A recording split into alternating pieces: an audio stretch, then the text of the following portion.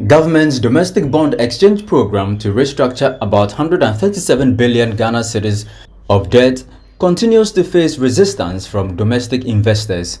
Individual holders of government's bond amounting to about 8 billion cedis say they want complete exemption from the program. They are asking government to cut capital expenditure in the 2023 budget and find money to pay interest on debt owed them. The group of individual bondholders recently agreed to form a joint committee with the Ministry of Finance as part of the measures taken to get their bonds exempted. On Thursday, the Individual Bondholders Forum presented a petition to the Agbogbomofia of the Asogli State, Togbe Afede. Presenting the petition, the convener for the group, Senyor Hosi, explained the impact of the current form of the domestic debt exchange on private investors. You have 89% to deal with. These 89% are structured organizations with clear incentives, support systems for them, like the banks. They are giving them forbearances, they are giving them revisions in their prudential ratios. But for individuals, there's no backup.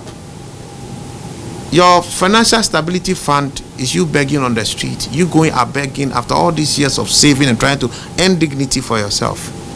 Your financial stability fund is you dying out of hunger. Is you dying out of your inability to sustain health.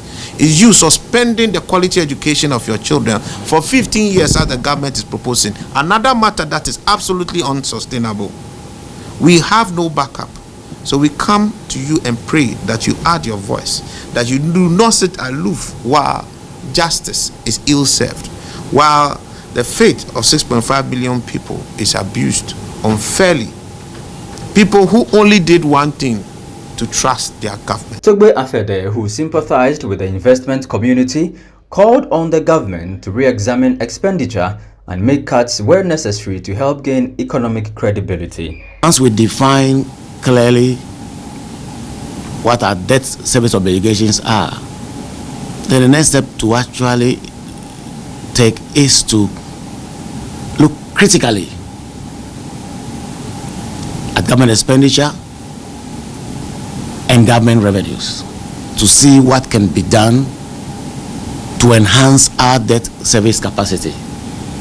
And as I said in an article I wrote recently, we should begin to look closely at our expenditures. What expenditures can we cut out? The individual bondholders are desperately trying to get their bonds exempted from the domestic debt exchange program.